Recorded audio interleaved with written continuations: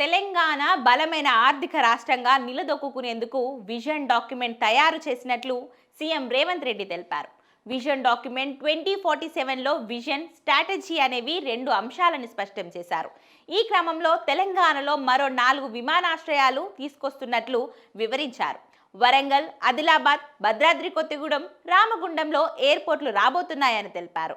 మరోవైపు తెలంగాణలో కాంగ్రెస్ పార్టీ అధికారంలోకి వచ్చి 2 ఏళ్లు పూర్తి చేసుకున్న సందర్భంగా రేపటి నుంచి రాష్ట్ర వ్యాప్తంగా ప్రజాపాలన ఉత్సవాలు నిర్వహించనున్నట్లు సీఎం రేవంత్ రెడ్డి తెలిపారు.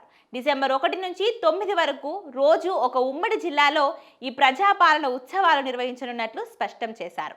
తెలంగాణ ప్రభుత్వం గత అనుభవాల నుంచి నేర్చుకున్న పాఠాలను భవిష్యత్ తరాల కోసం పాలసీ డాక్యుమెంట్గా జాతికి అంకితం ఇవ్వబోతున్నామని సీఎం రేవంత్ రెడ్డి తెలిపారు.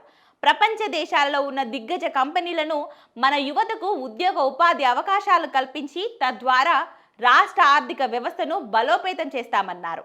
విజన్ డాక్యుమెంట్ను తెలంగాణ రైజింగ్ 2047గా పిలుస్తున్నామని, విజన్, స్ట్రాటజీ రెండు అంశాలు ఇందులో ఉంటాయని వివరించారు.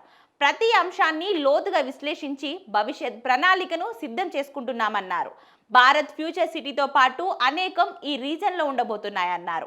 Green field highway, bullet train వంటివి ఇక్కడ రాబోతున్నాయని, మచిలీపట్నం పోర్టుకు కనెక్టివిటీ తీసుకొస్తున్నామని, తెలంగాణలో ఇంకా ఎయిర్పోర్ట్లు రావాల్సి ఉందని, వరంగల్, ఆదిలాబాద్, కొత్తగూడెం, రామగుండంలో ఎయిర్పోర్ట్లు, హైవే, పోర్ట్, ఎయిర్పోర్ట్ కనెక్టివిటీ వల్ల పెట్టుబడులు తీసుకొచ్చి తెలంగాణ ఆర్థిక వ్యవస్థను పటిష్టం చేస్తామని, రీజనల్ రింగ్ రోడ్ నుంచి తెలంగాణ సరిహద్దు వరకు 3వ రీజనల్గా చూస్తామని, వ్యవసాయ ఆధారిత ఉత్పత్తులను నిర్లక్ష్యం చేయమని, రాష్ట్ర ఆర్థిక అభివృద్ధిలో రైతులను భాగస్వాములను చేస్తామని, తెలంగాణ భూములు విత్తనాలను ఉత్పత్తి చేయడానికి బాగా అనుకూలంగా ఉంటాయని, క్యూర్, ప్యూర్, రేర్ ఇలా తెలంగాణ ముఖ చిత్రాన్ని చూస్తున్నామని సీఎం రేవంత్ రెడ్డి పేర్కొన్నారు.